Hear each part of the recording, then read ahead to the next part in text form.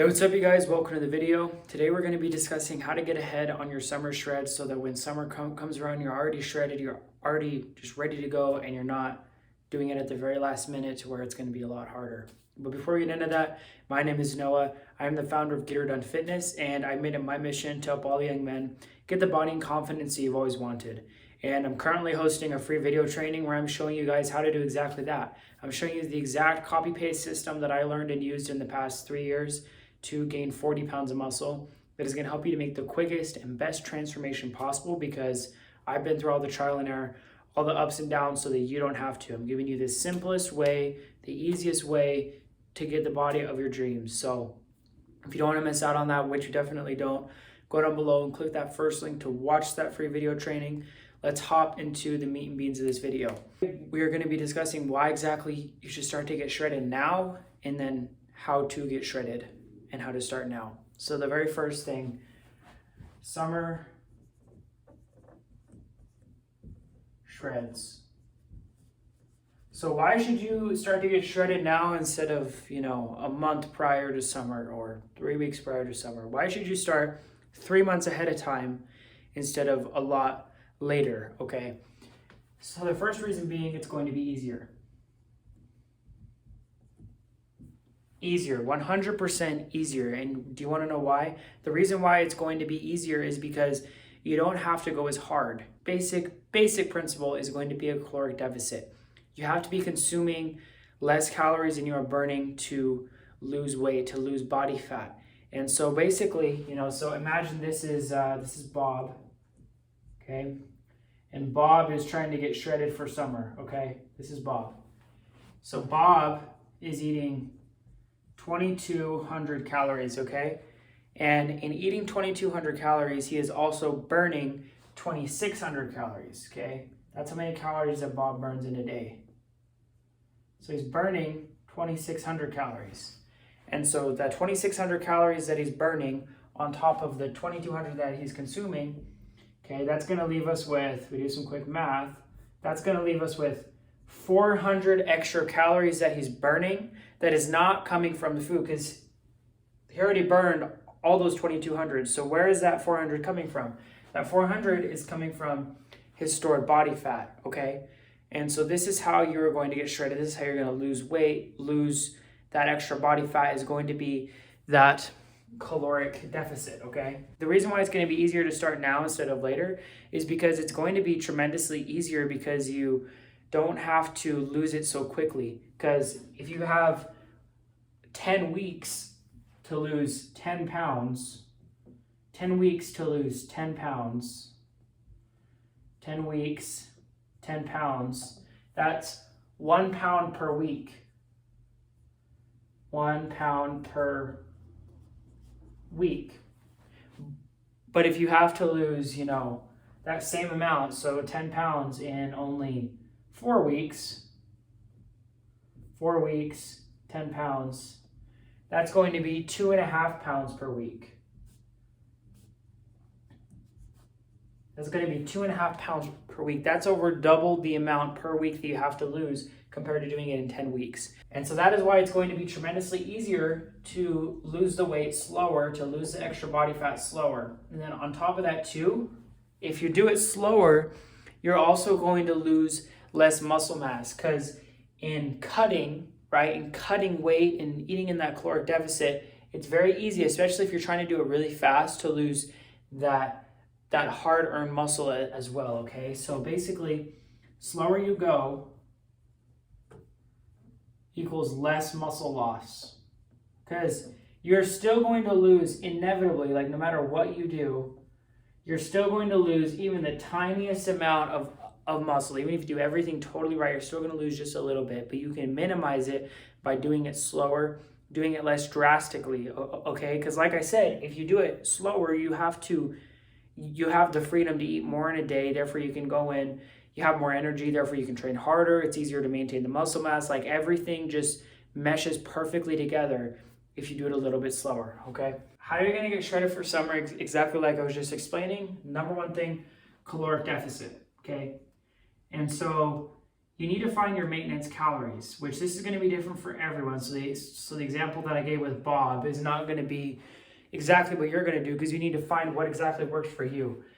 And so this is going to come through trial and error, right? And just you can find a calorie calculator online to help you get an estimate of what it might be. But for example, if your caloric maintenance is 2,500 calories and you're cutting slow, you're not doing it super drastically, you should only need to eat in about 2, 3, maybe 400 calorie deficits. This is going to mean you're going to be tracking your calories, of course, and then eating in that deficit, you're only going to be eating about 2,300, or excuse me, if we're doing a 300 calorie deficit, that would be 2,200 calories that you're eating every single day. And then on top of this too, you need to have high protein, okay? So you need to have high protein. You have to be eating that protein because you need to maintain your muscle mass. And part of doing that is going to be the protein. Your muscle is literally made up of protein. You have to be eating enough protein to maintain that muscle mass while you're cutting. And so for how much protein you should be eating, I would recommend, as a general rule of thumb that's going to be good for pretty much everyone, 1 gram per pound of body weight. 1 gram per pound of body weight. And so if you weigh 150 pounds, you're going to eat 150 grams of protein. If you weigh 200 pounds, you're going to be eating 200 grams of protein. Very simple, very straightforward. And so if you're tracking your calories in MyFitnessPal or whatever other app or thing that they use to track your calories, you are going to be hitting your calorie mark, and you're also going to be hitting your protein mark. And that's all you got to worry about. Your carbs and your fats are kind of irrelevant. Those can fluctuate. Like, I wouldn't worry too much about those. You just got to worry about your protein and your calories, okay? This is how you need to be eating to get shredded, okay? And the very next part of this is going to be your training, okay? How do you need to train to cut? Well, 1, you're going to train exactly the same. 2, you might need to add in some extra cardio, okay? So how are you going to train? So you still need to train, and this is the same. It doesn't matter what you're doing. It does not matter if you're bulking, cutting, maintaining, gaining, whatever the freak you're doing. You have to be training with intensity. You have to be training hard, because in training hard, you are going to either gain or you're going to maintain. You have to train with high intensity. Like, that's just a fancy way of saying you got to go in and train hard.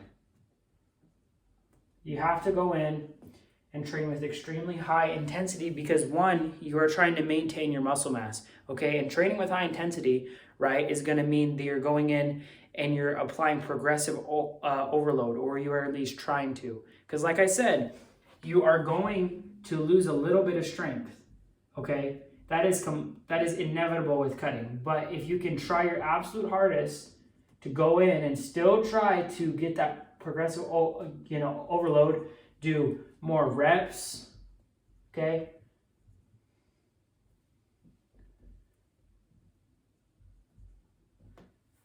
More weight, okay? You have to be going in and at least attempting, like, pushing. You have to be pushing yourself to go to that next level. Even if you're in that caloric deficit, even if you're cutting, you still got to go in and try, because in trying, you're going to be training freaking hard. Because if you go in and still go to failure, still try to push to that limit, even if you don't get it, you still train extremely hard in doing so, right? And so you got to be training with high intensity. You got to be at least attempting to get that progressive overload, even if it's extremely hard to, or you can't get it. You got to be training with progressive overload, or at least attempting to get more. And then the next thing that is going to go with training with intensity, I would highly recommend that you do drop sets. Like, drop sets, I would argue, are the king of making gains, right? Of maintaining muscle, whatever, of being in the gym. Like, you got to be doing drop sets. Drop sets help you to push past your limits, because if you go in and you do a set of any given exercise to complete failure, right? Say you're doing lat pull downs, right? You're going to complete failure, right? If you hit that 12 rep mark and that's your last rep and you stop there, yes, you trained to failure. Yes, you trained hard, but you can still go harder. And drop sets are how you do that, because then you're dropping the weight and you're going to failure again. And then you can even do a triple drop set, quadruple drop set, whatever. Like, it just helps you to push past that limit, push past that barrier, and still get in that extra volume even when you've already trained to failure. It's literally you going beyond failure, which is even better than training to failure, okay? And that is gonna carry us into the next point, which is going to be training to failure. You have to train to failure, but there's a little asterisk here, and I'll tell you why.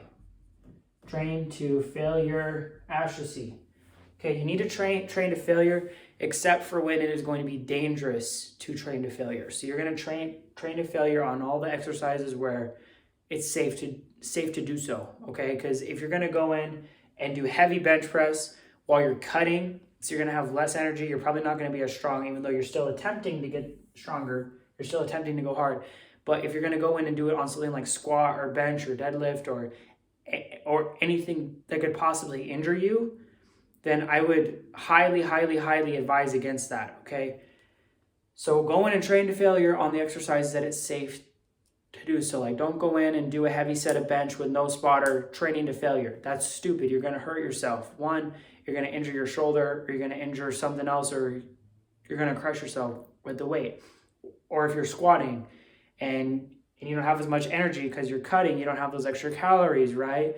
It's going to mean that it's going to be more taxing on your body, your lower back. Like you need to go in and train hard, but not on the things where it's stupid to train hard. You got to go in and train hard, but you got to use your brain, okay? That is going to wrap up this video. I hope you guys found this information useful. If you never want to miss a new video, make sure to go down below and click that subscribe button, and I'll catch you guys in the next one. Always remember to get her done.